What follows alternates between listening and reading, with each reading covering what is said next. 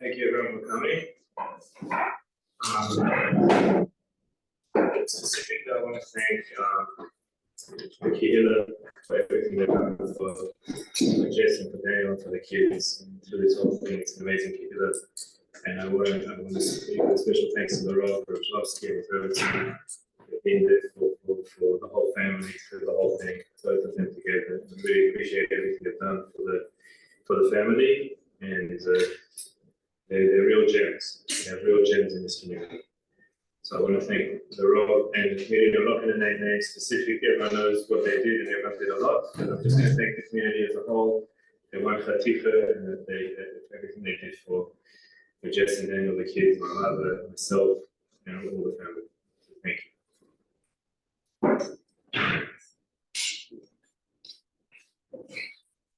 I heard once from someone who was by Nosson Finkel, the Rosh Yeshiva of the Mir.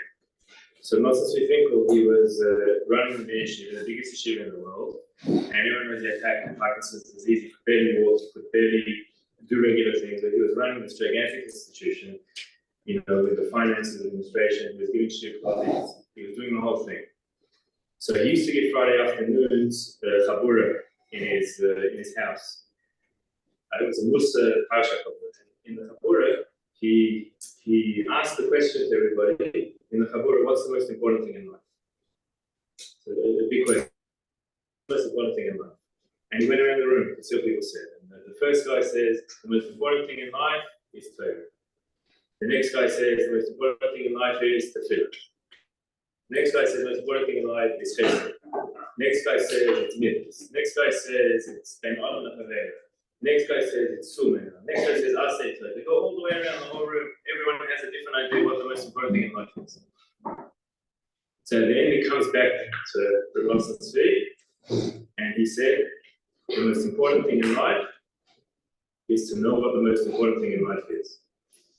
That was what he said. That was what Nosson Tzvi said. So I think that everyone goes through different kufas in their life, different stages with themselves, their family, husband, wife, kids, community, Klal Yisrael, and there's different priorities at all times. And the most important thing in life is to know at every stage what the most important thing in life is. And I think that just really symbolized that. She always had good process to know what the right thing was to do, to know what the priorities were. And I think that's a real message that I feel like to take from Jess.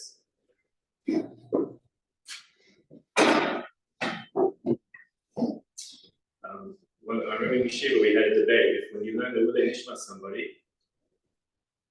do you lose any schar?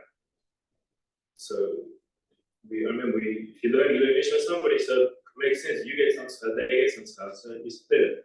But we asked, I can't remember who the Rebbe was exactly. We asked the Rebbe, what do you think? And he said, for sure you lose the schar. Otherwise, it's crazy. I'll learn Nishmas. Everyone who ever died in the whole world, and everyone will get their schar. I'll get my schar, and then Shalom Aleichem. You should do that all the time. For sure you lose the schar. So sometime later, I went to, I was by a shir by Rabbi Yaakov Hillel.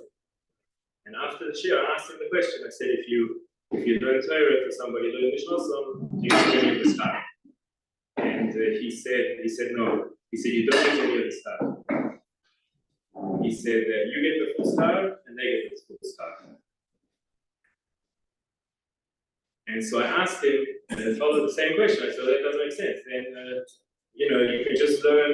I'll learn, and I'll learn the Nishma, so everyone ever died in the whole world, and I'll get the schar, and everyone else will get the schar, and just get a multiply the schar by 10 billion. How does that make sense? And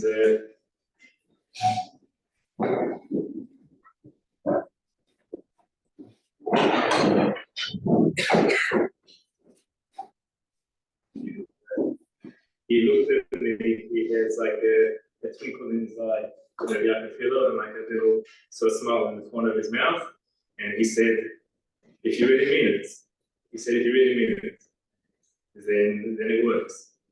So that's in Torah. You do something beneficial for somebody, you get, they get, everyone gets. It's the same thing, I'm sure, with Hasadim and anything that anyone does now, the Nishma of Jess, it'll be an initial Nishma for them, it'll be a mitzvah, it'll be an Nishma for Jess and a mitzvah for them. And yeah, so I thank everyone in the community for organizing this service. It's an inspiration for everyone should be inspired by Jess, by the Midas, and by her commitment to always doing the right thing at the right time. Thank you.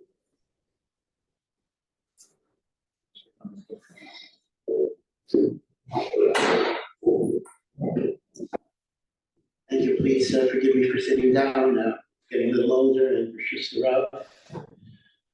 Obviously, this is a very, very sad occasion. Daniel has been connected to our Sameach and to me and my family personally for so many years. And when Baruch Hashem, he and Jess got married, it was a tremendous, tremendous simcha for us. It really was a family simcha. And with every child that was added to the mishpacha, it was also a great simcha for us. And then things happened which we don't understand. The wisdom of HaKadosh Baruch Hu is certainly beyond us. We're in a war, generally a very difficult time for Am Yisrael. But this is superimposed. The sorrow of a yachid becomes the sorrow of a rabbi. It's not for any of us to give reasons, but the fact that we are mishtaker in the sorrow of the mishpacha, that Daniel and his children and Miriam and all of the family, they're not alone. Itself, I hope, can bring some level of nechama to the family. The person has to know they're not alone. And of course, on one hand, we're here, but most importantly, HaKadosh Baruch Hu is here. That's the most important thing to remember. The Ima Yemechi B'tzara, that HaKadosh Baruch Hu is with us in our tzaras, in our difficulties. HaKadosh Baruch Hu, on some level we don't understand, is margish, the tzara even much more so, infinite, much more so than even we do. So when you say the person is not alone, on one hand, not alone because we're doing our part to be mechazek, but most importantly because the Rebbeinu Shalom is always with a person in their times of deepest suffering. I'm here tonight not to be maspid, although I couldn't avoid saying something, but to offer kind of some words of chizuk, some things that we can say. There's a well-known Gemara that says, and if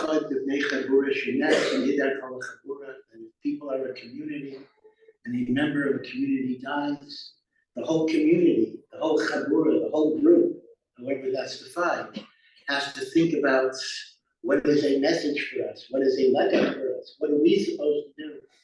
As it were, how can we be misaki? One lesson, of course, is a very general lesson, and that is the preciousness of life. Chazal talk about Zechiras Yom HaMavis. Person has to remember that we're going to die. Everybody's going to die. Say life is a terminal condition by definition. Nobody gets out of here alive, as the saying goes. But people misunderstand the meaning of that. Some people think that's supposed to depress you, make you sad. You can go crazy thinking about the fact that we're all going to die someday. But really, the lekach is the opposite. That life is so precious because it is not forever. And therefore, we have to try to make every second count because we quite literally don't always know when things are going to end. We hope may have the Esrim Shana be right, but sometimes the Rebbeinu Shalom has different cheshbainis. So Zechiras Yom HaMavis is not meant to be depressing. It's not meant to be sad. It's not meant to take away from Hivus Hashem B'Simcha. Of course, Hivus Hashem B'Simcha. Very important. But it's to make us realize that every moment is precious. Every moment is chaviv. I remember my learning, but if I say every good, I'm like, I'll tell you the chef and action. I don't say when I have 5 moments or mitzvahs. Shem Allah, but who knows if we're going to have the time. So that's certainly one message that we take away. Beyond that, I have to admit, I'm a little hesitant. And let me explain to you why I'm a little hesitant. As the Sheikh Hayam, you are overburdened with many, many responsibilities.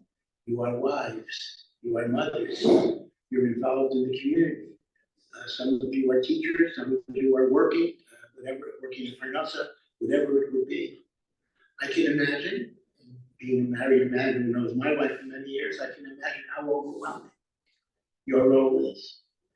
So what am I supposed to do? I'm supposed to come in and tell you more things you should do, more ways you could be nervous, more ways you could be tense.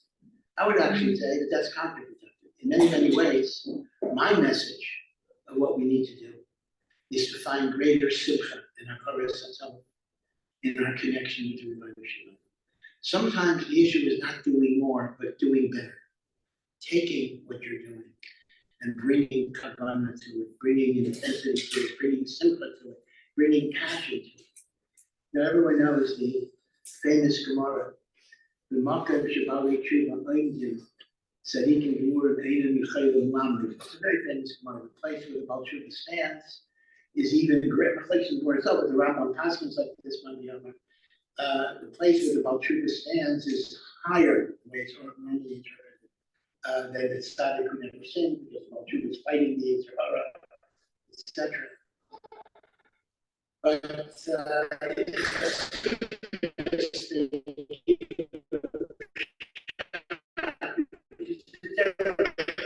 rather not the way the Rambam understood it. A tzaddik always has to move and go from level to level. Do more, take on more, keep on challenging yourself. A Baal Tshuva has to be able to stand still. The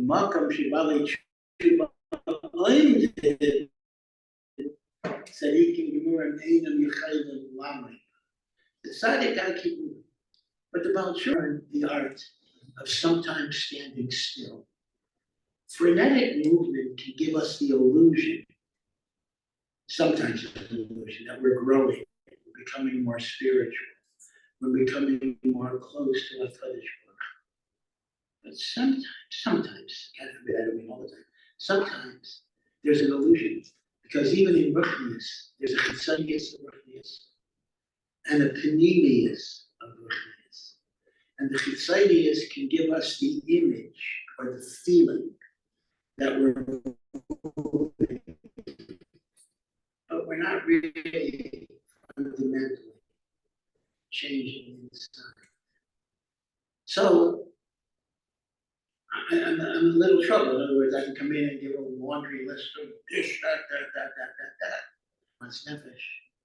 Then I think in some ways the gain is canceled out by the loss.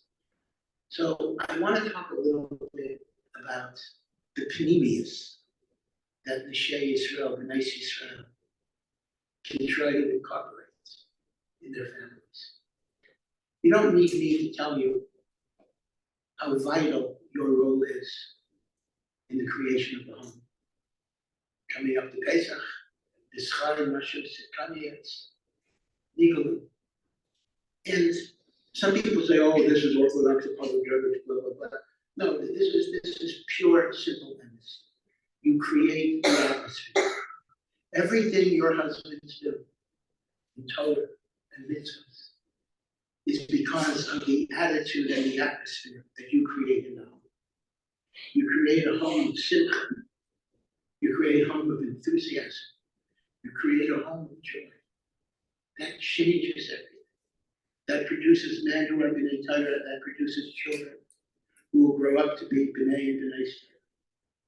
Everything is mamish biyad ha'isha. If you don't realize it, I'm sure you do realize the power that you have. And the power is not necessarily the chitzonius, even of how clean the house is or whatever it may be.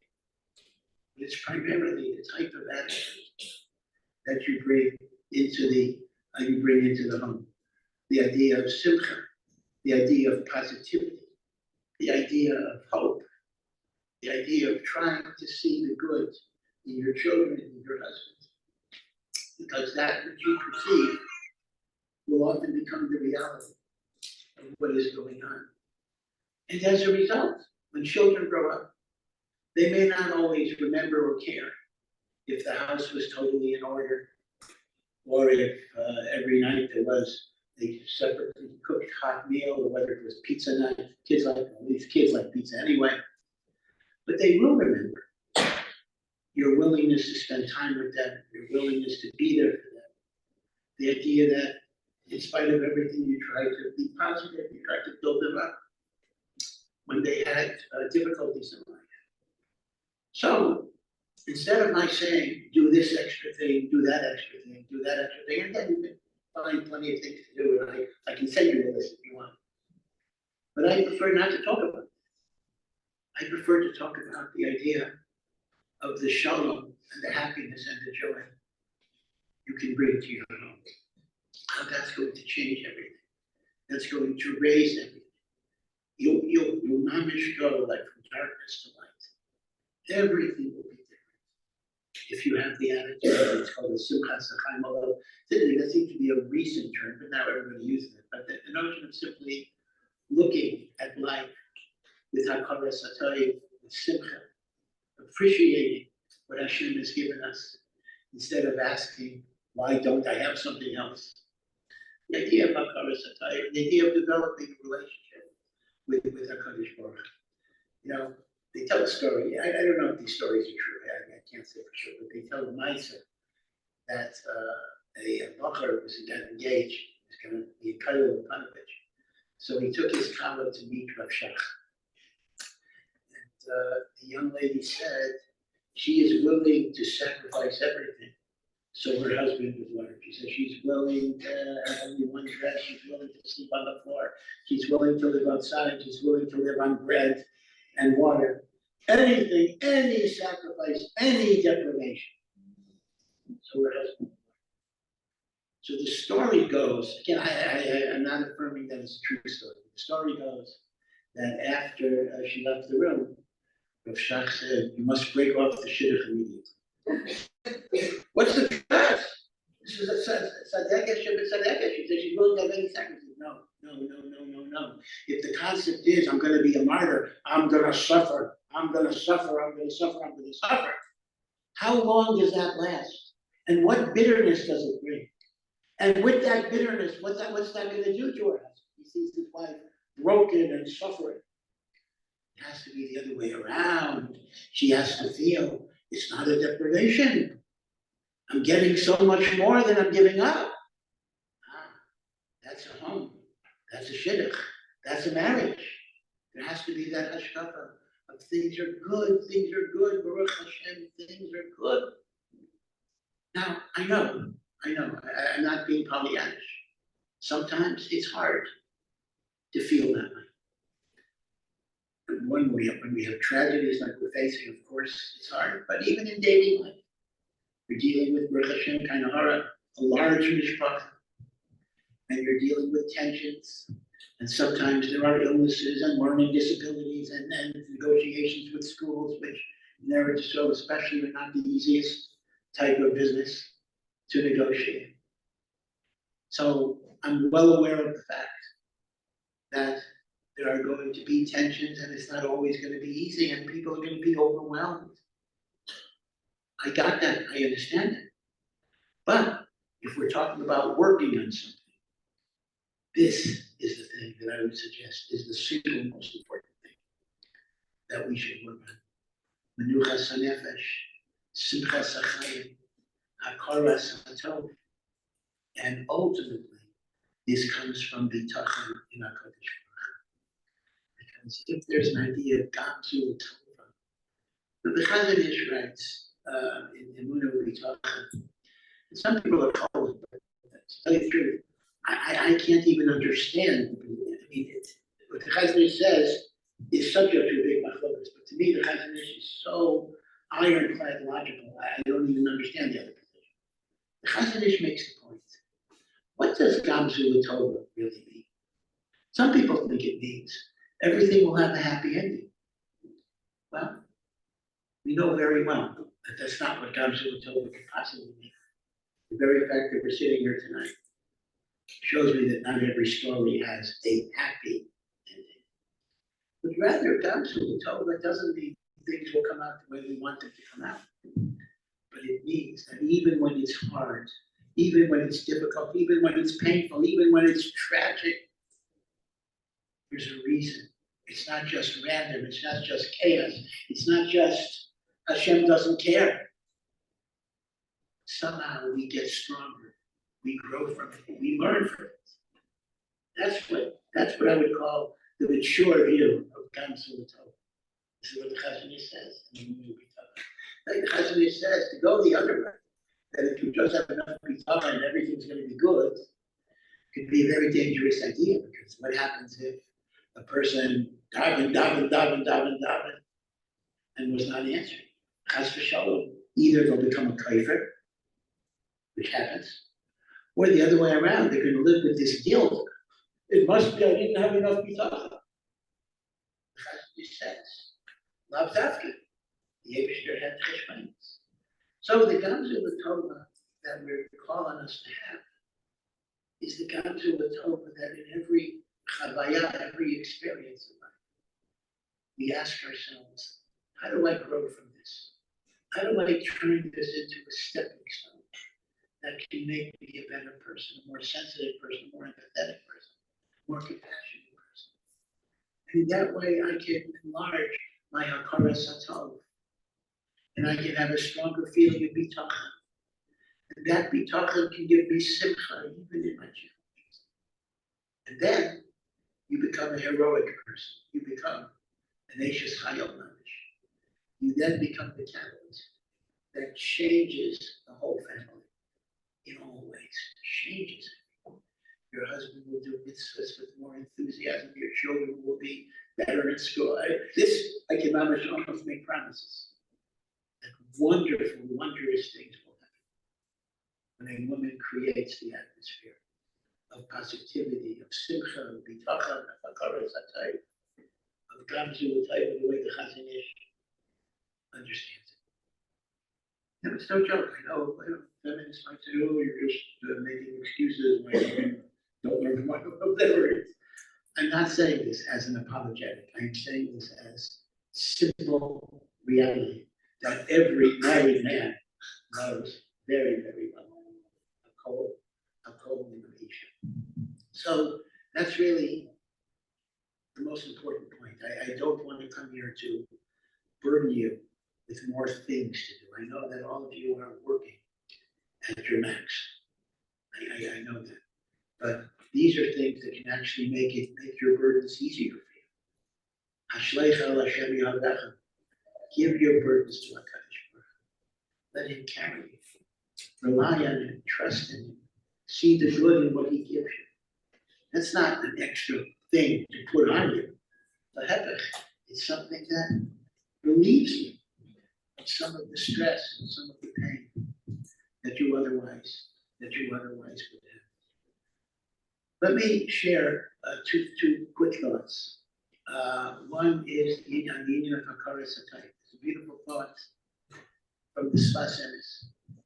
The Sfas Emes says, why are all Jews called Yehudim? After all, Yehuda is only one son of Leah, the fourth son. We have 12 tribes. If we're doing Ma'aseh Mishra, we have 12 tribes. Why was there a need to call every Jew Yehudi? So the Sfas Emes says a beautiful answer. The Torah says that Leah called her fourth son Yehuda because she said, "Ha'am eidas Hashem." I am now grateful to Hashem. Why was she grateful only with son number 4? So Rashi brings a medrash that she knew with Ruach HaKodesh there would be 12 Shvatim, and there are 4 women, Rachel, Leah, Bilhah, Zilpah. So each one is entitled to 3. So when you get what you think you're entitled to, Magia Le, you're not grateful, Magia Le. But when she had number 4, she wound up having 6. But when she had number 4, Natalti, Yeser Al Choti. I got more than my allotments. When you get more than you think is coming to you, that is when you're margish hakaras hatov. That's right. So says the Sfas Emes, every Jew must go through life with the feeling that Hashem has given me more than I'm entitled to. Which means the very word Yehudi means a person of hakaras hatov, a person of gratitude. That's a very mahus of what he is. Natalti, Yes, sir. It's an amazing thing. Rabbi Victor Miller, as a friend of the who taught for over 70 years, all sorts of things. One of the, he had many, many themes, but if you do it, one of the themes that he went over again and again and again and again and again. And he largely based it on the Shar HaBechina, which goes through the notion of looking at everything in the world and seeing the Chasdei Hashem. And Rabbi Miller has a famous essay, I can't even attempt to duplicate it, about what you should think about when you eat an apple or a banana. Just focus on the color and on the texture and on the acidity and the sweetness, and see how Kadosh Baruch Hu put everything in there. And the Chavis Halavava says, why did Hashem give us color? Who needs color? If we just need to eat, he could have made food without taste and without color, that's mush. But he puts in the color and he puts in the taste as a chesed, an act of love. Why is there music in the world? These are not things you need to physically survive. But this is chasdei and love. So Rabbi Miller went over this again and again and again. And Rabbi Miller said, you even play games with your children, even though it sounds like a fake game. Let's say it's raining. We always complain about the weather, right? No matter where you are. If it's raining, it's raining again. It's too hot, too cold. He says, opposite. When it's raining, that's an area to tell people in the market should keep in a positive way because there's so many months of road rain. When it's raining, Baruch Hashem, it's raining. Wow, what great. The plants will get what they need and we'll have water. And when it's hot, talk about the shemesh merapeh, the refuah of the shemesh. When it's cold, talk about how nice it is to have cool weather or cool breeze. And when your kids see you talking about things in that way, a certain attitude gets conveyed. That life is good, that life is a bracha. And even though when we start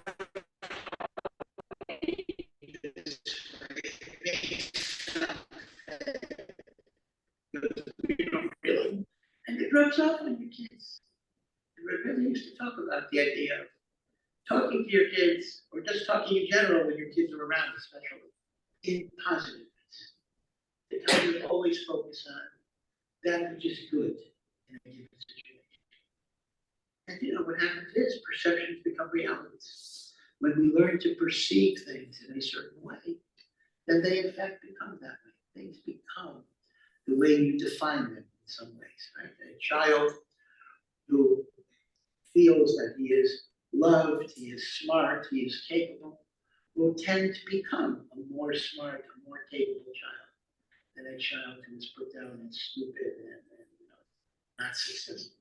Kind of the perceptions become the reality that builds a person up. So Miller talks about that again. If you want to look at a safer, look at some source that talks about this Indian of Hakara Satov, positive attitude towards life. So look at Rav Miller's Parish on the Shar HaBechina. They have shiur with Rav Miller on that Chavis and the like. So that's one point I wanted to make about Hakara Satov. And that's why brachos are all about Hakara Satov. Think about it. We make brachos on water, we make brachos on fruit, we make brachos because we go to the bathroom. Because Baruch Hashem, if the body is functioning well, we should be aware of that. Chasdei Hashem. Right? So all of this, Yiddishkeit is all about gratitude. And of course, gratitude to Hashem, gratitude towards each other as well. Gratitude to be grateful. Let me mention another Nikuda. And again, I understand some of these are not totally connected, but they're connected generally in terms of attitudes we bring to the Mishpah. There is, everyone knows Pirkei Avos. Pirkei Avos says, among many other things, that Hamidam is Kol Adam L'Tapsachos. Judge everybody favorably. Now, most of us understand that to mean that this responds with the idea of giving people the benefit of the doubt. So, if I see another less from you, go into a McDonald's and a restaurant, which is from a real trade McDonald's, and one will find about McDonald's, but a trade McDonald's.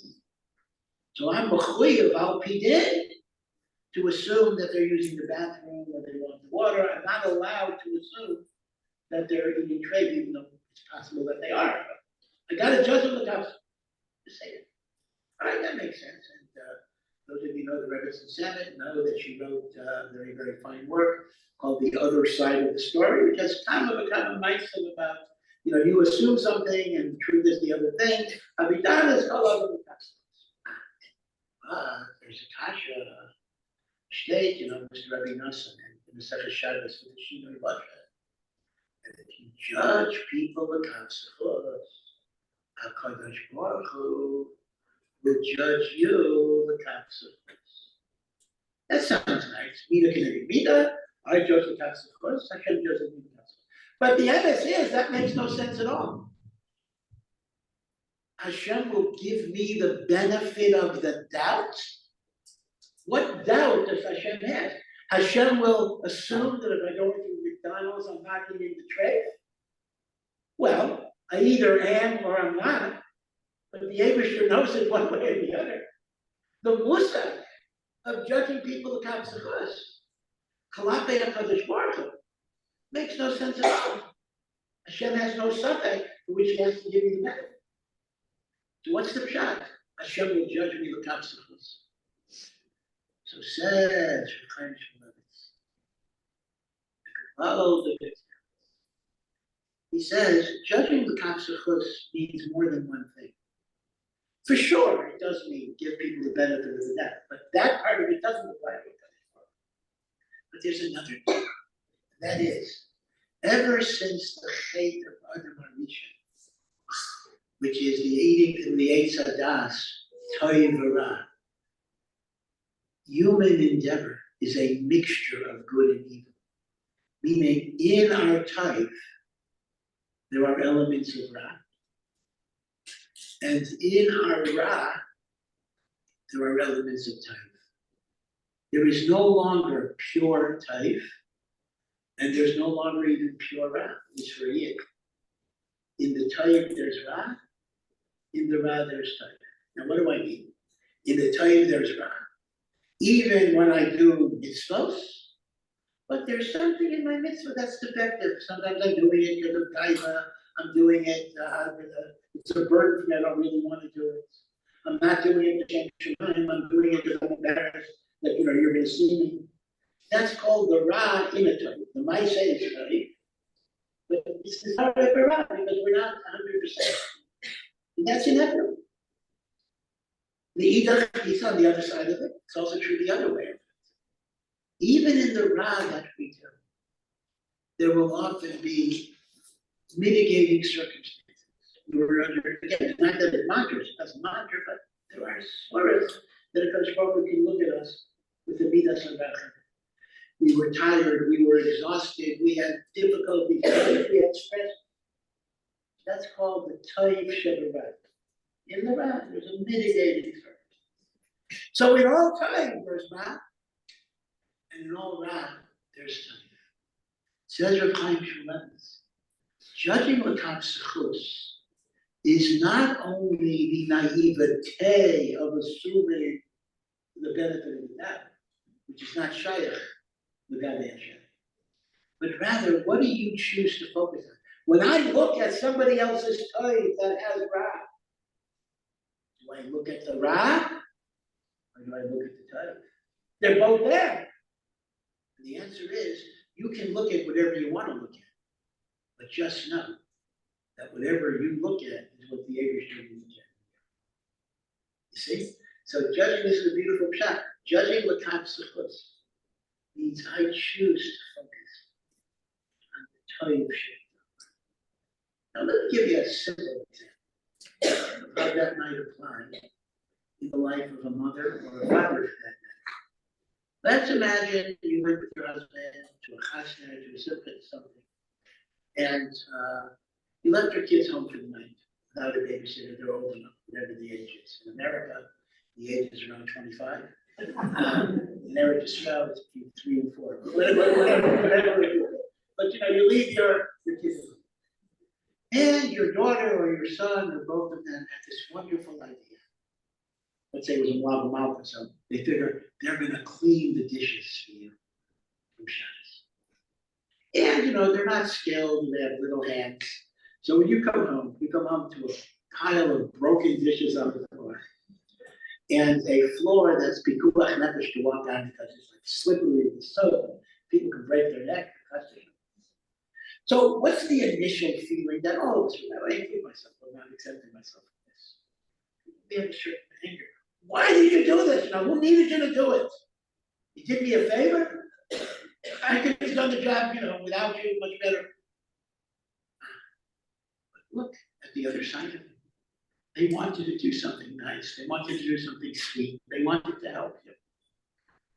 They messed up because, little kids, sometimes big kids do, sometimes adults, we mess up also. Didn't do the job so good. So there's Ron, there's time, for sure. There's a bad thing here and there's a good thing here. What do you choose to look at? You hug your child and say, it was so nice of you to want to do this. That shows your good methods, and I'm proud of you. But and then say clean up the mess. Again, I'm not suggesting you don't have discipline and you don't have rules, for sure. But after you hug them, after you kiss them, after you say, I'm really proud of you, now clean it up. Okay, that's it. Or you simply say, get out of here, who needed this? So this is a big sign, I can tell you. A kid is so scared, I bet we're gonna go home, we're gonna see the broken dishes, what's going on? And instead they come home and you hug them. You're not proud of them, thinking how you could do something for how they want. They're gonna remember that their entire life, I can tell you. They will remember. That is a moment that will stay with them. And that is a moment that you create by that little interaction. So we gotta kind of, the negativity is likely to be the first thing that comes forward. We have to remember the Dharma comes close. The way of Chaim Shalev explains it. Try to see the type even within the Ra. And that's an important decide. That's a very important decide. It carries through a lot of things. Let's say, for example, that you have a long Shabbos suit with guests and everything. And everyone knows kids cannot really sit at their Shabbos table for a very long time. So they're running around, they're getting wild a little bit. And sometimes you want to have a more secure table, especially if you have guests, you don't want to be embarrassed that your kids are so wild. Okay, so again, I'm not advocating not to have discipline. That's a separate thing. There are certain, but you can also look at it in a positive way. Your kids are lively. Your kids are levitate. Your kids are fun-loving. They say the Steipler was walking with the Chazon Ish. As you know, the Chazon Ish did not have any children of his own. The Steipler was his brother-in-law. The Steipler married the Chazon Ish's sister, and Ruchaim Kanievsky was recently. Ruchaim Kanievsky was Kimat. He had two fathers, basically. The Steipler was his father, and the Chazon Ish was Kimat, like a father, his brother to him. And they're walking. I don't remember if it was Shabbos or Chayil. Shabbos was a lucky problem, right? Ruchaim Kanievsky, I was a little boy, he was climbing a tree. Now, even during the week, this is a covenant, you walk with the Chazon Ish climbing the tree. Shabbos, you have even a halacha tradition of climbing a tree. And the Steipler was very embarrassed. He took that thing, Chaim, get down. The Chazon Ish said to the Steipler, he says, little kids are supposed to climb the trees. That's what they do. As they get older, their she'ifa for aliyah will hopefully turn into a she'ifa for aliyah b'Torah. A kid, let him climb the tree.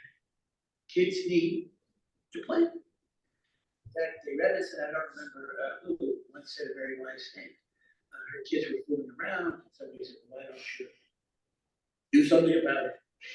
She says, I always ask myself when my kids misbehave, if they're going to be doing this in 20 years. Meaning, there are two different types of misbehaviors. If it's a misbehavior that somebody is rude and somebody is cruel and somebody's inconsiderate, yeah, that's a problem when they're a kid. That'll be a bigger problem when they're an adult. You gotta work on it.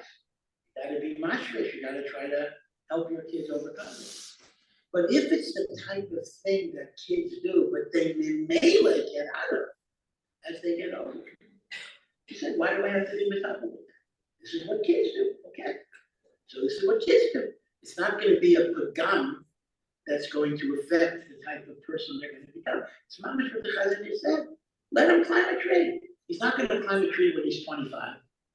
Unless he becomes a telephone repairman, and his cousin is sure that wasn't gonna be with Chaim's parnasa, or whatever it would be. So you see, that's a very interesting show. Meaning you gotta take a long range view of things. Are these things that are gonna be a problem? So when it comes to a young of midas, you gotta think about how to be the psychic. When it comes to restlessness at a Shabbos table, well, it's not necessarily. As long as they're respectful, as long as they're not, chutzpahdik, so to speak. Not everything has to be an issue. Part of the simcha is we are not perfect. Only Hashem is perfect. And if I'm not perfect, if my table is not perfect, if my house is not immaculate, so be it. The simcha of the house is much, much more important than the chitzonius. Now, I do understand chitzonius is mashpia, so if you're living in a totally filthy place, etc., you're not going to be in a good spirit. So you got to take care of that. But you take care of it not as an end in and of itself. You take care of it as a hechut to create a greater simcha in the bias.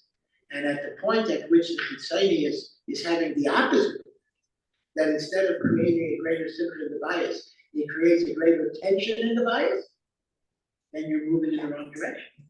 Because at that point, the chitzonius is taking over when it should really be going in that particular way. Right? So those are again some things to think about in terms of the type of home that we want to create. Now, the next thing I wanted to share with you in machshava about tefillah. And again, I think it's Nogea generally, and it's Nogea the Matzav of Klal Yisrael, and it's Nogea the Tzoras Yochid, which is a Tzoras Rabbin that we are commemorating tonight. Everyone knows the famous teaching of the Gemara, the Machlokas Gemara, the Rambam so baskets, that the tefillahs, the three tefillahs of the day, were enacted by the Avos. Abraham was Mesake Shachris, and Yitzchak was Mesake Mincha, and Yaakov was Mesake Arvis. Now again, just for information, the Gemara does not mean, of course, that the text of Shemona Esrei is from the Avos. Of course, it's not. The text is from the Anshe Knesset Hadolah at the time of the second Beis Hamikdash. But the Musa of praying to Hashem in the morning is from Abraham. The Musa of praying to Hashem Mincha is from Yitzchak. The Musa of praying to Hashem at night is from Yaakov. And the Rambam so constants that the tefillahs are connected the others. Now, there is a problem, however, that the halacha, the Rambam paskins, again, to my focus in the Gemara, that davening shachris is a chiyuv. Again, I'm referring to men here. The women's chiyuv is a whole other machlokas, but let's say in terms of men here, shachris is an absolute chiyuv. Mincha is an absolute chiyuv. But Ma'ariv was said to be a rishus. Eina chinavi. Today it's a chova because it was a minhag that was accepted by Klal Yisrael. So if your kid says you're not going to have a Ma'ariv that's tefillas arvis rishus, that would be an incorrect behavior. But the Yikar Adin, it is a rishus. So Rav Tzadok says, Rav Tzadok asks, I believe you asked it earlier, but Rav Tzadok asks, there seems to be an inconsistency in those two views. Because why would the prayer of Yaakov be less important than the prayer of Abraham and Yitzchak? Abraham's prayer is chova. Yitzchak's prayer is chova. Yaakov's prayer, rishus. You can do it if you want. You don't have to do it if you don't want. For Karen, in many ways, we find that Yaakov Avinu is considered to be the highest of the Avos. Abraham had Ishmael, had Absalom, Yitzchak had an Esau. Only Yaakov Avinu, Mitaso Shlema, all of his children are Klal Yisrael. Yaakov's face is one of the four faces on the Kisah. Right, there's the eagle and the lion and the shore and the Adam. And the Pnei Ha'adam is Yaakov Avinu, the ideal person. So why should Yaakov's prayer be inferior to the prayer of Abraham? So Rav Tzadok says a wonderful thought. His thought is that even though we daven morning, afternoon, night, and unfortunately in the age of electricity, it's all the same. You might not even know what it's like outside, right? You wouldn't know necessarily. But Aliba Dianis, each tefillah has a different emotional resonance. The Shemon Esrei of Shachris is one type of spiritual mood. Mincha is another type of spiritual mood. And Ma'ariv is a third type of spiritual mood. It's interesting, just to digress for a moment. People don't realize that because of lighting and everything else, we've lost a sense of the natural rhythms of day, night, even season, in many, many ways. The concept of night, until around 200 years ago, was the end of everything, meaning nobody did anything at night. That's why they have Hanukkah, you have to light a half an hour, primarily because in those days, nobody was on the street at all. Now we've lost it. Night becomes day becomes night. Moshe Shapiro once remarked that it was actually a spiritual loss, because night used to be a time of deep machshava, deep contemplation. You were not involved in it. Today, you're on the phone or email or whatever it is, or you're outside, everything's the same. It's a mish, day, night. He says it was a chisara. Night had a certain spiritual mitzvahs of contemplation. And I noticed this observation even among non-Jewish philosophers. They pointed out that the nature of night is undergoing change. Okay, but going back to the three tefillahs. Chakras, ideally, when do you daven chakras perfectly? The ideal time to daven chakras is Kavasuki. You begin Shemon Esrei as the sun is coming. A new day. Chakras is the prayer of optimism, hope, new beginnings. Even if you had a difficult previous day, everyone has at least for 2 seconds, but they get depressed. There's always this sense of newness, these hunches. Rav Tzadok says, this was the prayer of Avraham Avinu, because Avraham Avinu perceives HaKadosh Baruch Hu through the prism of chesed, love and benevolence and compassion and goodness. And chakras is connected to the chiddush, the innovation, the recreation of Bria. And I join with the sun and the earth in praising HaKadosh Baruch Hu in the morning, as the morning begins. So chakras, the dominant mood, is Hakaras HaTov and gratitude. We've already spoken how important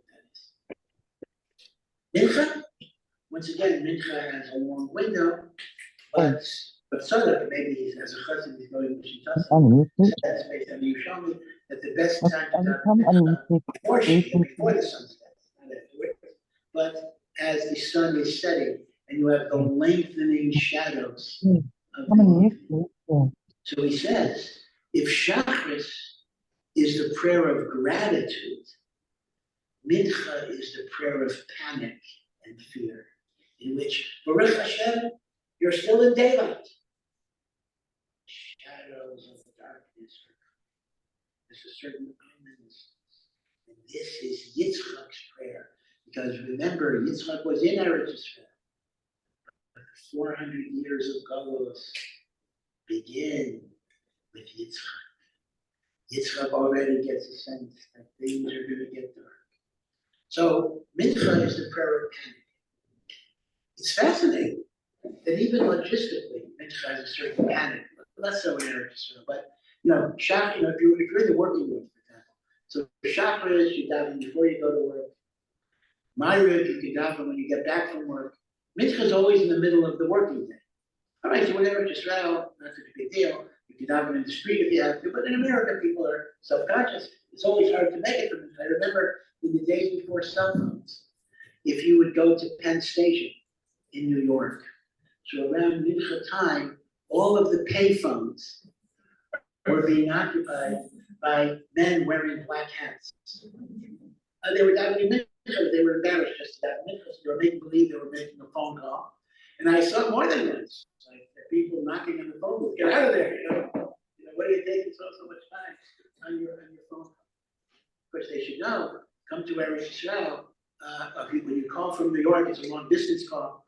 Eretz Yisrael, it's local, so it's better, it's much cheaper to daven here. So mincha has a certain element of panic. Okay, let's go to mine. So again, Shacharis is the prayer of hakaras hatov and joy. Mincha is the prayer of desperation and fear and panic. Myra. When was Yaakov Avinu Misakin Myra? Yaakov Avinu was a 63-year-old man when he's running away. He's not you might have thought he's younger. The Cheshvan is 63 years old. Yaakov Avinu is afraid of his life. Esav wants to kill him. And Yaakov Avinu is running from the frying pan to the fire because he's leaving the physical dangers of Esav and he's going into the environment of Lavan where Yaakov is vadai afraid. There will be a negative hashpah on the ruchnius, on his children, and everything else. Yaakov is poor. Eliphaz took everything away. Yaakov is not married yet. So, 63 years old, he's leaving Eretz Yisrael. He thinks he'll never see his father again, although I say he does. He will never see his mother. He's running away from a physical threat to a ruchniistic threat. And to complete the picture, in the middle of the day, it gets dark. Early. Yaakov Avinu, at that point in his life, cannot see the chesed of Hashem. And he doesn't even have the panic that I have things that I'm afraid of losing. Yaakov lost everything. Now remember, Hashem did give him the promise of the ladder, but that's after he prayed. In other words, the glorious vision of the Sulam is after, because the Makor of Yaakov's praying is by Yifka B'Makom B'Yod L'Shem. Only after he prayed, he able to ask. But when he prayed, when he died, all there was darkness. All there was sacrifice. All there was no way out. And yet he prayed. So says Rav Tzadok, if Shacharis is the prayer of hakaras hatov, and mincha is the prayer of asking Hashem to let me hold on, yet Myrev is the prayer of emunah. And even when everything looks hopeless, I believe Hashem is with me. Hashem will take care of me. That's why in the Kriya in the morning, after we say the Shema of the morning, we say Emes V'Yatzib. God's truth is standing up. It's clear, I see it. At night, Emes V'Yamunah. I have Emunah in everybody's life, even though I don't get it. And this is the famous Chassidish interpretation. V'Hagid B'Bayker Chastecha. David HaMelech says that in life there are mornings and there are evenings.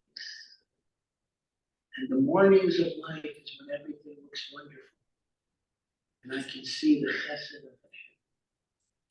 But there are dark moments in life, which I'm sometimes groping. And munaschat aleilas, meaning my emunah in you, and munaschat, my emunah in you, will be even in the leilas. So here's what the Tzadok says as a terrorist, and I'm going to be married too much.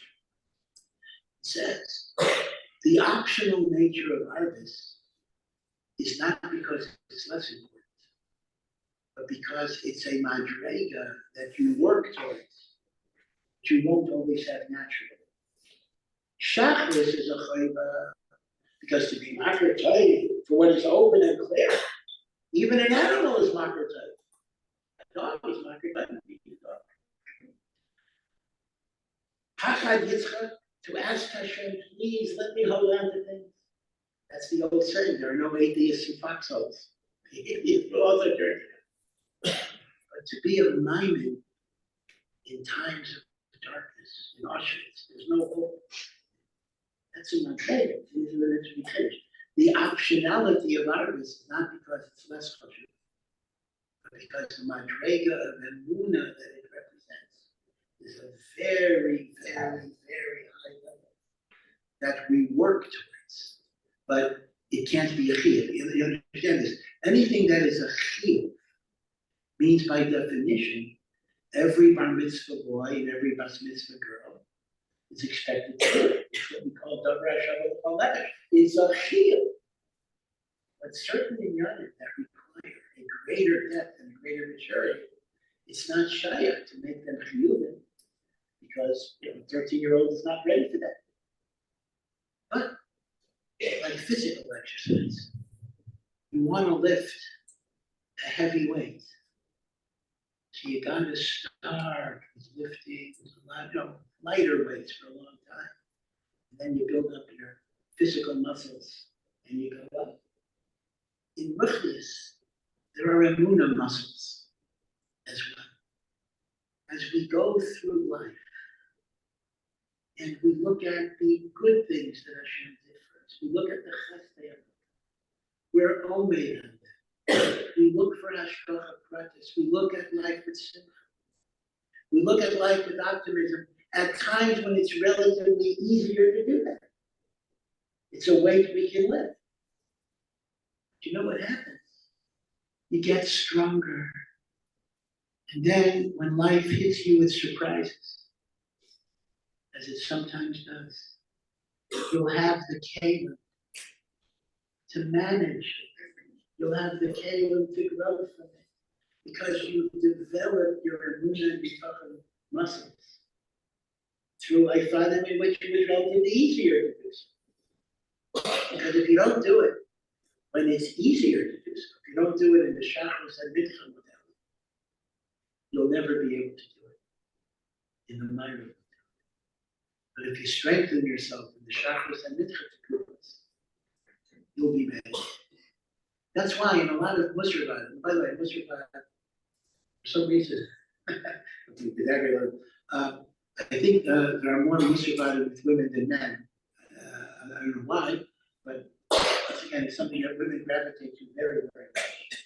And I think it's a wonderful, wonderful thing for men and women to look at, in which you talk about the challenges of life. But many Musarvadim have a very funny rule. It's a very funny rule. You can only discuss minor problems. You don't discuss major problems. Meaning Musarvad will not be a place to discuss, oh, my husband has cancer. A Musarvad is where you discuss what happens if my kid breaks a glass when he's pouring milk. We don't discuss big things. We only discuss small things. Now you might say, well, maybe if I'm grappling with a big, significant issue, shouldn't we talk about it? But the chachma of this is the following. The way you learn to deal with big issues is by practicing on small issues. When you learn to handle the kid who breaks the glass,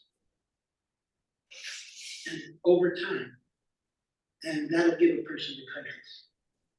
Deal with the big things. And part of why sometimes we get broken, when big things happen, and it's understandable that we get broken, because we never develop the emunah, bitachon, positivity, and charatah.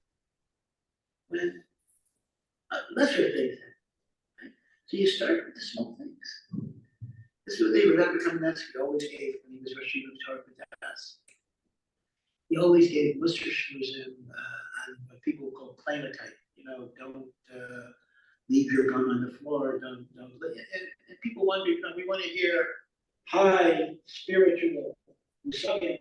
What are you talking about? This and that and that and that. The answer is, once again, there's a lot of cooking. You work on the small things, like the weights, the light weights. That'll give you the kind of. So again, I hope I didn't add to your burden in any way. I know how hard all of you work to raise your families, and may HaKadosh Baruch Hu give you much nachas from all of your children, and may you make your husbands into the great Talmidei Chachamim that Mir Hashem they're able to be, and do so without feeling too guilty or too inadequate, and find simcha in your life, find joy in your challenges. And I can tell you for sure, that the atmosphere you create in the home is going to have an enormous ripple effect on your husbands and on your children. May HaKadosh Baruch Hu give us all simchas, and may He bring Yeshua and Hatzalah to close.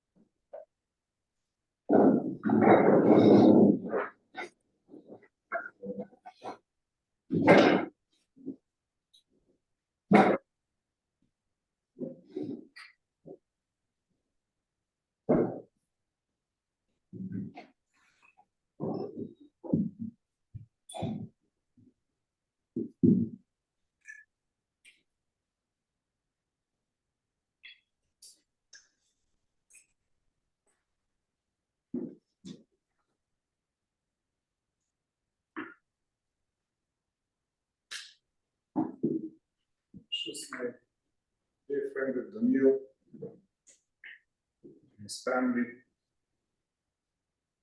It is exactly now a week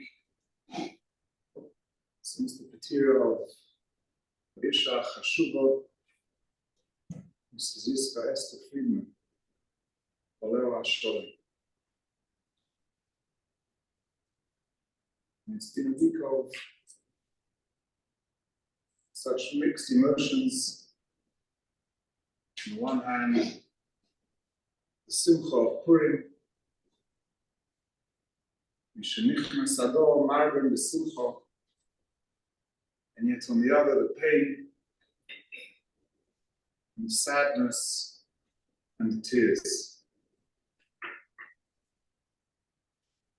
And it's clear to all of us, and that's why we've gathered here this evening, that HaKadosh Baruch Hu is calling out to us. And He's saying to us, my dear children, come close. Come close to me. And if that's indeed HaKadosh Baruch Hu's calling, then chas v'sholem not to heed that calling. Chazal tell us that when somebody passes away, an Odom kosher, tzaddik, and there are tears that are shed, HaKadosh Baruch Hu takes those tears and He places them, the base gnozov, in His treasury. What does that mean? What does HaKadosh Baruch Hu have to do with our tears? And some explain that when tears are shed following a tragedy, there is sadness and there is emotion, and there is this feeling that surely HaKadosh Baruch Hu wants something from us. And HaKadosh Baruch Hu takes every one of those tears and He preserves them, and He says, let's have a look. What happened as a result of those tears? Was it just a bechia shel chinom chas v'sholem, and we hope we will get over it and this will soon be behind us? HaKadosh Baruch Hu looks at those tears. What came out of those tears? Did HaKadosh Baruch Hu's children listen to the wake-up call? Did HaKadosh Baruch Hu's children become closer La'avinu Shabashamayim. That's what HaKadosh Baruch Hu is looking to see from every one of us. And therefore, following this difficult week, in these difficult moments, the avodah is to look forward now. How indeed can we become closer to the Rebbeinu Shalom? What does HaKadosh Baruch Hu want from us? But before we can look into the future and we look forward, perhaps we really need to stop for a moment and look back. Because maybe there are questions, difficult questions, that maybe we would like to ask. Maybe we're afraid to ask. To ask the question of all questions, why? Isha chashuva, itzadekes, and isha tznuah, balas bitochim, balas simcha, to be taken in the prime of her life. Are we allowed to ask why? Or must we just stifle that question? Maybe there's another question that we would really like to ask, and perhaps are afraid to do so. Didn't we daven last Thursday? Within minutes of sending an email, Tehillim was covered once, twice. Didn't we make an Atzeret tefillah in shul? And at Daniel's request, didn't we make another one at 9 o'clock in the evening on Motzei Tanis Esther? Are we allowed to ask what happened to those tefillahs? Did we just waste our time? Did HaKadosh Baruch Hu just ignore us?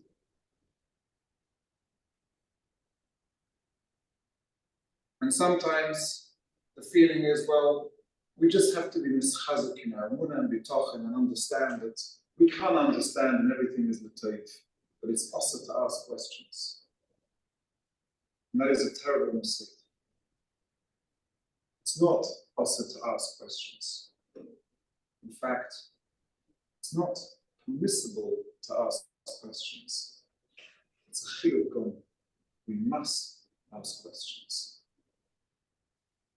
But we must ask the right questions. Rivka Imenu was struggling. She doesn't understand, and she asked the question. Didn't she ask, Lama ze anochi?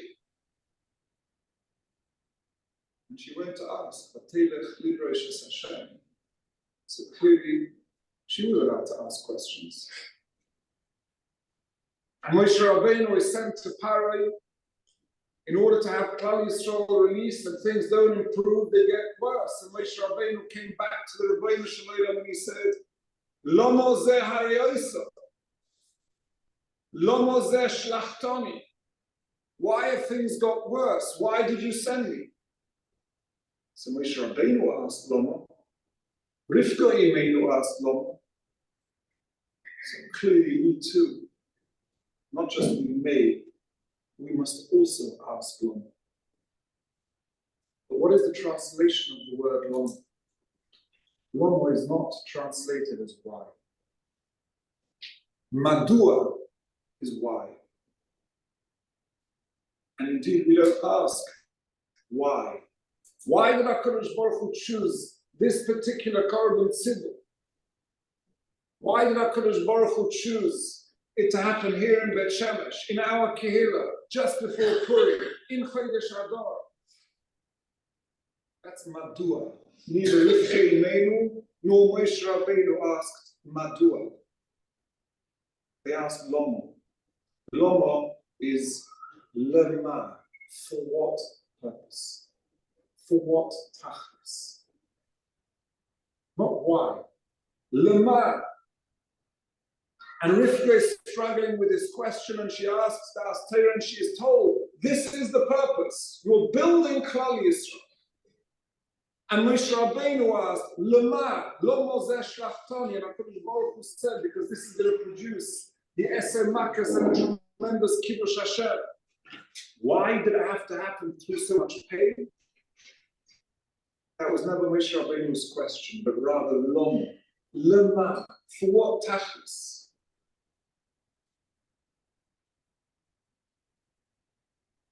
And this is therefore the question that we must ask.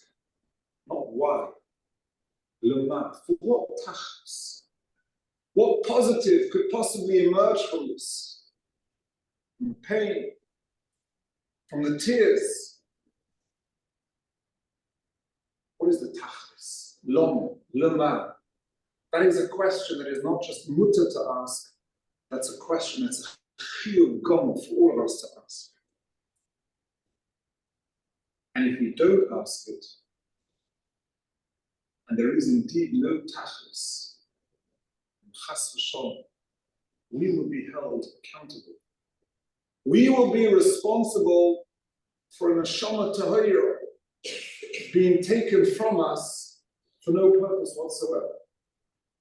Whether or not there is a tachlis is biyadayim shalom. We have to ask and answer the question, loma, for what tachlis? We don't have Nevi'im nowadays. If we did, we would have a very simple task. We would knock on the Navi's door, we would ask exactly what was the reason this happened, what does HaKadosh Baruch Hu want for us, and that would be our instructions. But we don't have Nevi'im. But every person has their heart. Leiv yoidea moras nafshe. What do we have to be mischazaking? The answer is, I don't know what anybody else has to be mischazaking. I only know what I have to try and be mischazaking. We all know. Every person, leiv yoidea, heart of hearts, knows that if it's a question, loma, lema, then there's an answer to that question as well.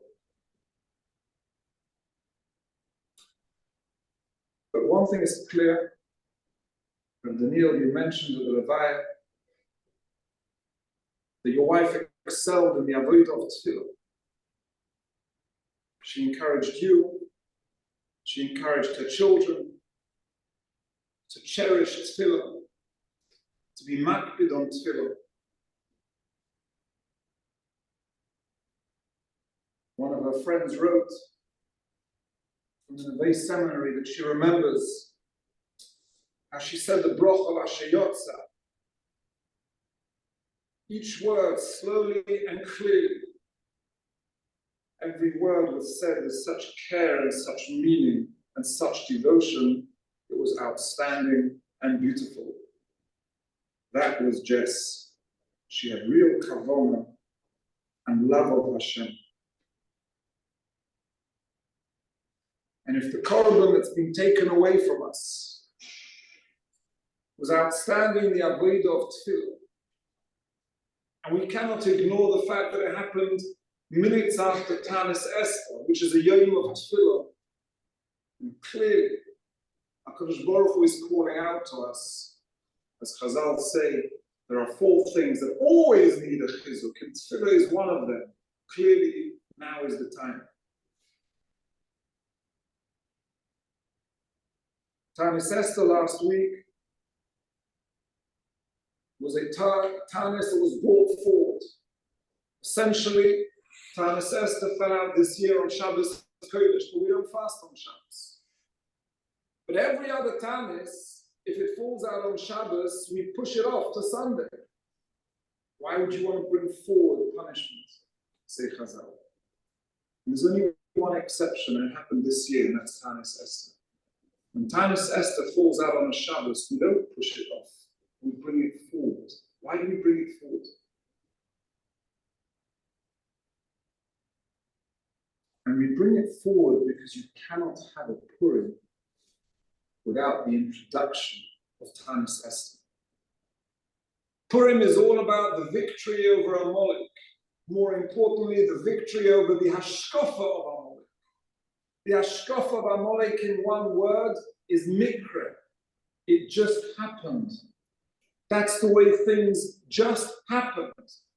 The whole Yom Tov is called Purim. Doesn't that seem to be such a minor, irrelevant detail of the story? How it was that Haman determined the day that he wanted to kill Klal Yisrael. And that's the whole Yom Tov? That's the whole Yom Tov. Because that's Amalek's hashkafa. Everything's Purim. It's all a lottery. It's all random. Kadosh Baruch Hu doesn't run the show. He's not connected to us, and we're not connected to him. After the most dramatic turnaround in the whole of the Megillas Esther, Haman tries to propose his own kavod. He would like to be paraded around the town. And before he knows it, in an incredible V'na Poichu, he's now taking Mordechai Atzadik around the town. And he comes home, and what does he say? Does he see the Yad Hashem in all of that? No. He tells his family, Vayesaper lezeresh ishtoi eis asher korohu. That which just so happened in an unfortunate turn of events. That's the hashkafa of Amalek. He didn't say, Vayesaper, look what HaKadosh Baruch Hu just did in a clear act of hashkafa. No, HaKadosh Baruch Hu doesn't exist in my life. HaKadosh Baruch Hu has no influence over my life. He's not connected to us, and we are not connected to him. That's the hashkafa of Amalek. The only way, therefore, we can celebrate Purim, the only way that we can be victorious over Amalek is to strengthen the notion that we feel that Yoim, we are connected to HaKadosh Baruch Hu. And that is manifest more than in any other area of our Avodas Hashem in Tefillah. Why would you turn? Why would you dive into the Rebbeinu Shalom if you didn't feel that connection? If you didn't feel that HaKadosh Baruch Hu was running your life? And if you really felt that everything was just Purim, it's all a random lottery, then Tefillah has no place in your day-to-day avodah. You cannot have a Purim without Tanis Esther first. Tanis Esther is not a day of punishment. Tanis Esther is the day of Tefillah, where we're not involved in eating or drinking, but it's Tefillah and Slichas, because that's the Hakdama to Purim. If I've truly been Makayim the avodah of Tanis Esther, then and only then can I celebrate a Purim. But I cannot push off Tanis Esther and have it after Purim, because then you've missed the boat.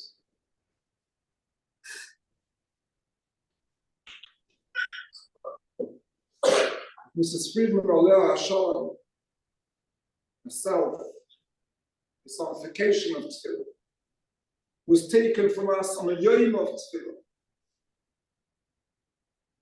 In the midst of our preparation for Chag HaPurim, and it's clear that HaKadosh Baruch Hu is calling out. That's the answer to our question. Lama, Lama, for what tachlis? To what extent do we genuinely feel connected to HaKadosh Baruch Hu and that HaKadosh Baruch Hu is connected to us?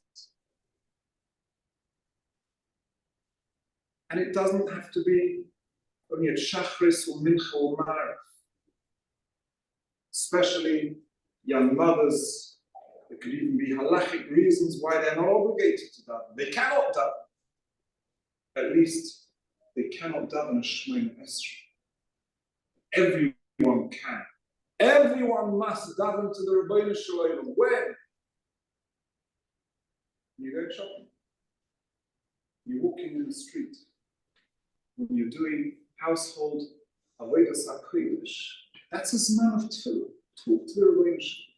Talk to the Rebbeinu Shalom. Feel that you're connected. Forge that kesher. Feel that I really am boni matem lamokai. To feel that I'm living with HaKadosh Baruch Hu. I remember during Corona, when HaKadosh Baruch Hu turned the world upside down, we were talking around our Friday night table to the children. We were saying, look how HaKadosh Baruch Hu is in control. And HaKadosh Baruch Hu wants us to connect to him. And we can talk to him, and we should talk to him at all times. And you know something I said to the children? You can talk to him in the street as well, that's fine. One of my daughters said, I'm so excited about Quran. I said, why are you excited? She said, well, I like talking to Hashem in the street. But I'm a bit embarrassed if people see me talking. But we're wearing masks now anyway, so nobody can see. Now's the time. There's nothing embarrassing in talking to our Kodesh Baruch. I remember once hearing from the great Rav Pinkus, Zecher Tzadik Levracha. It sounds so simple, but as we heard just before, great people grow from small and simple steps. And he said, when I enter the makolet, I just stop at the door for 3 seconds and I say a short tefillah, HaKadosh Baruch Hu, please just help me find those cucumbers I'm looking for. Baruch Hu gets involved in cucumbers, HaKadosh Baruch Hu is involved in everything. To what extent? To the extent that you feel it. That's true of Avodas HaTefillah. Not only at a time of Shemona Esrei. To feel that Shivisi Hashem lenegdi tamid. I'm living with the Rebbeinu Shalom. I talk to HaKadosh Baruch Hu. I'm connected the whole time. There's nothing too big or too small that I can't talk to HaKadosh Baruch Hu about. And as we mentioned at the Levaya, what happens when somebody lives that way? Shivisi Hashem lenegdi samid. David HaMelech in the very next pasuk says, Lochei somach libi. That's why I have that internal simcha. Because I always feel that I have someone to turn to. I always feel that I'm in the safe, reliable hands of the Rebbeinu Shalom.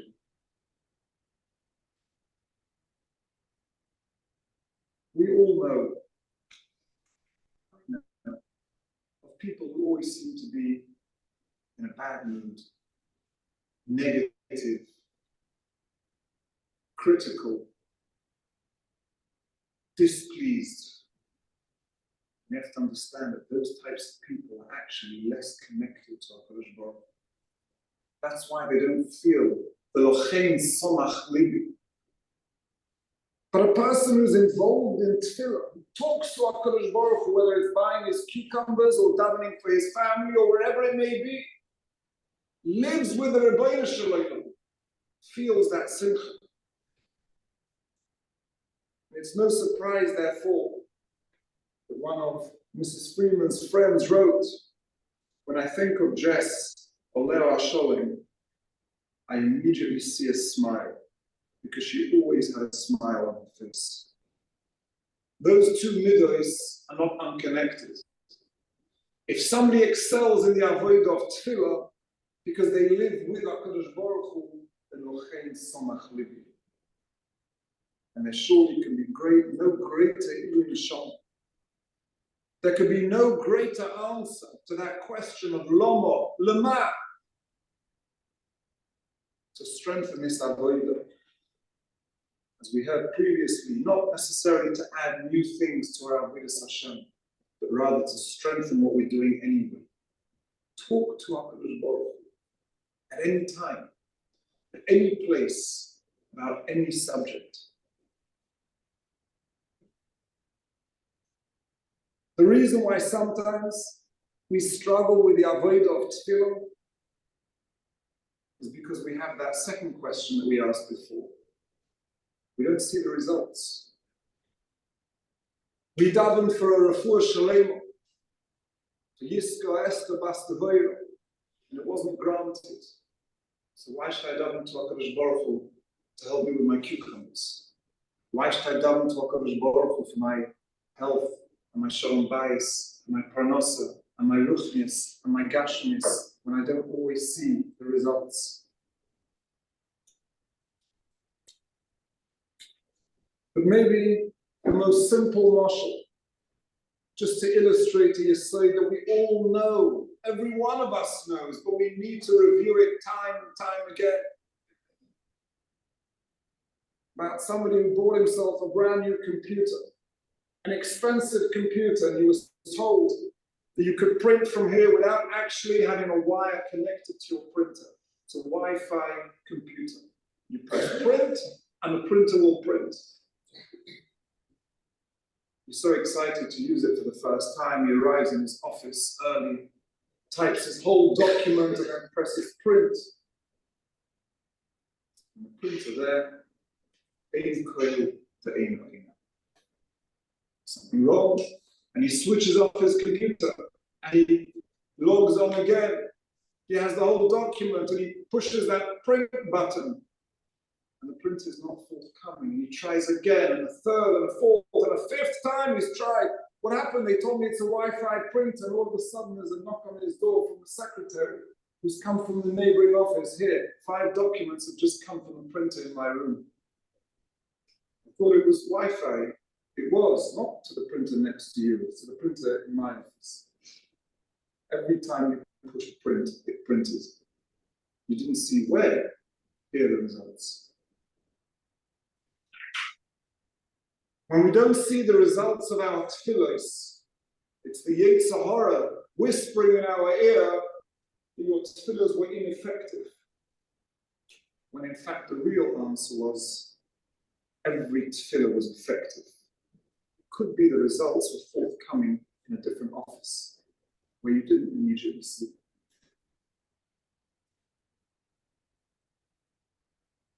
No tefillah goes to waste. No tear is shed for nothing. Every tefillah is treasured by HaKadosh Baruch Hu and produces results. But where does it produce the results? What does that mean in the neighboring office? Listen to the most phenomenal moshel of the Dubna Magid. When HaKadosh Baruch Hu is just about to turn over Sodom, and the Torah writes, Hamachase ani me'Avram, should I conceal this from Avram? And it almost kaviyachol sounds like HaKadosh Baruch Hu has a doubt. Should I tell him? Should I not tell him? But in the end he tells him. Why? Says the Torah, Laman asher yitzaver es bonov u'bnei beisrei achro. So that I should teach his children and his household forever. How does that answer the question? What was the question? The Dubna Magid says, why would HaKadosh Baruch Hu want to tell Avraham Avinu about Sodom? There's only one reason. Not just to inform Avraham Avinu of upcoming news, but in order for him to die. But in the particular case of Sodom, the decree had been sealed. HaKadosh Baruch Hu was going to turn over Sodom. And that, Kaviyachol, was the question of the Rebbeinu. Should I tell Avraham? Is there a purpose? What is he going to daven for? Sodom is going to be turned over anyway. So how did HaKadosh Baruch Hu resolve his question? Why did HaKadosh Baruch Hu say, I will tell him because he has children and Klal Yisrael? How does that answer the question? So the Dubna Magid said that there were 2 people, Reuven and Shimon, who once entered the suit shop. And Reuven tries on his suit and it doesn't quite fit, it's too long, so he takes it off and he tries on a second, but that one's too short. So he puts that back and he tries on a third, it's too wide, the fourth one is too tight, the fifth, the sixth, eventually the 20th suit fits. He's been there for half an hour. And he pays his money, and he sees his friend Shimon take a suit off the hanger, puts it on, basically it fits, here's the money. Reuben says to Shimon, I don't understand, you're paying good money. Wouldn't you want to check that the suit fits? And Shimon says to Reuben, there's a very big difference between you and me. I know that you live alone. You have nobody. You don't have a family. So this suit that you're buying is for you, and for you only. So of course it has to fit. There's no point buying a suit that's too long, or too short, or too tight. But I have a whole family. And I have a lot of friends. So when I come home, I'm going to try on this suit well. And if it fits, that's great. And if it doesn't, that's great too, because I can give it to one of my children. It'll fit somebody. Says the Dubna Magid, HaKadosh Baruch Hu said, I'm going to tell Avraham Avinu about Sodom.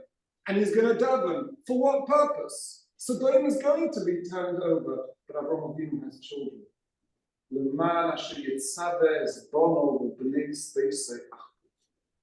of those tefillahs will go to waste. The answer might be forthcoming from the neighboring office. The neighboring office is your family. That's where those tefillahs are manifest. And when we davened last week, we were hoping for a refuah shalem, and we were unaware that HaKadosh Baruch Hu had decided that that wasn't going to happen. But those tefillahs were all answered. First and foremost, if not for Mrs. Friedman Oleh Sholem, but for her precious Kinderach. From Simcha, from Yeshaya, to Chaya Yehudis, and to Yosef Sholem. No tefillah went to waste. From Daniel, when I commented to you, the Bli Ayin Hara, your children are precious. Every one of them, you see the midos. You see the chinuch that's been imparted onto them. And your answer to me was, we daven for our children every single day. We live in an age where chinuch habonim is an avodah, not always an easy avodah. Everyone's looking for schools. Where's that magic one that I can be guaranteed good children? We just heard the answer. Davening for our children. Davening for our children. There was a family in Yerushalayim, HaKodesh, who had a bunch of sons. Bli Ayin Hara, the first, the second, the third, the fourth, everyone a gem. Except the youngest. The youngest didn't seem to be such a gem. Very difficult in school, very difficult at home. And years later, it was noticed that actually that youngest child was Oyla al Kulon. He ended up the Tam Chacham of the family. He ended up the one with outstanding midas. He ended up being the Yorei Shamayim. And somebody once asked his parents, what happened? How did this whole turnaround happen? And he said, I guess he was the one that we davened for most. The older ones, it was all plain sailing, so we davened less. But the younger ones, we poured out our hearts. We davened for. And that's why we're seeing the results. So with these difficult times, for our Kehillah in particular, to the whole community in general, when we have these questions, Lomo, Lema, for what tachlis? Surely every one of us wants to be mechazik. This notion of living with HaKadosh Baruch Hu, talking to HaKadosh Baruch Hu at any time, on any subject, in any place. And that ultimately will be the greatest Ilu Neshama for Mrs. Friedman Oleh Sholem. And that second point, what happened to the tefillos? The tefillos were heard. The tefillos were received. The tefillos were cherished by the Rebbeinu Shalom. And first and foremost, they will take effect on the family and the children of Mrs. Friedman. We say in conclusion of Daniel Ayoko, only today we were told by one of the Mashiach, the Kehillah, how you, in fact, together with your family, have been the source of chizuk for so many others. In the darkest of moments, you've been a ray of light. Only with emunah and bitochen were you able to get that very fine balance of how to celebrate Purim, how to be besimcha even at hard times. And I heard on several occasions this week from those who came to the Shiva to try and offer divrei chizuk, that they left feeling that they've actually received chizuk. With Daniel Be'ez Hashem Yisborach, HaKadosh Baruch Hu should give you the koiches to play your role as father and to an extent as mother as well. Your Kehillah will be with you. Be'ezus Hashem at every step of the way. But you will be a parent, the only parent for these precious, precious children. Mentioned in the Levaya, many Gedolei Yisrael, even in recent times, if you look at history, were in fact Yisraelim from a very young age.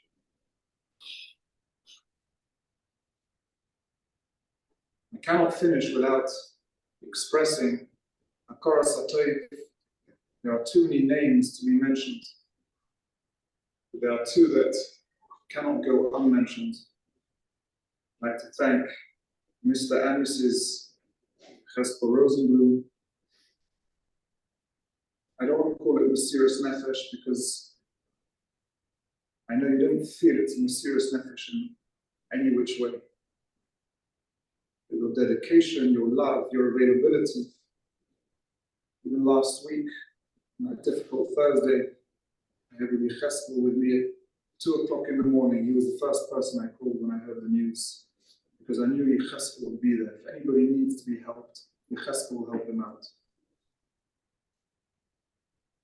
Together with his Eishes Chayil, we've been there every step of the way for the Kehillah and for Mishpachas Friedman. I have to mention also Mrs. Tolkov, who has just been a Malach Elokim min Hashamayim, who has just dropped into our lives.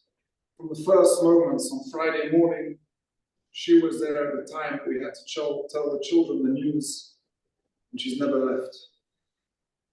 Walked over from Ramah on Shabbos morning, and she too has been with us at every stage of the way. Baruch Hu should bench you all. You too should have siyata d'shmaya with your own children, and we should only hear Basuras Tevis.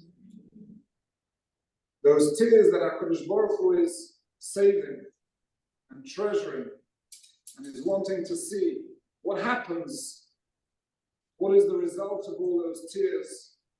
We hope HaKadosh Baruch Hu should give us the pleiches to be mischazik in avodas ha'tefillah, to feel that we're living with the Rebbeinu Shalom, and to forever understand that no tefillah is wasted. Eventually we should see the Korev, Kim of the Apostle, Mocha Hashem Elokim Dimo, all of the tears that we have cried over our long and difficult history should be wiped away with the coming of Mashiach. We will see Tchias HaMesim, Daniel, you will be reunited, the Korev with your Eishes Chayil, the Bias, Mashiach Tzadkeinu, the hero. Amen.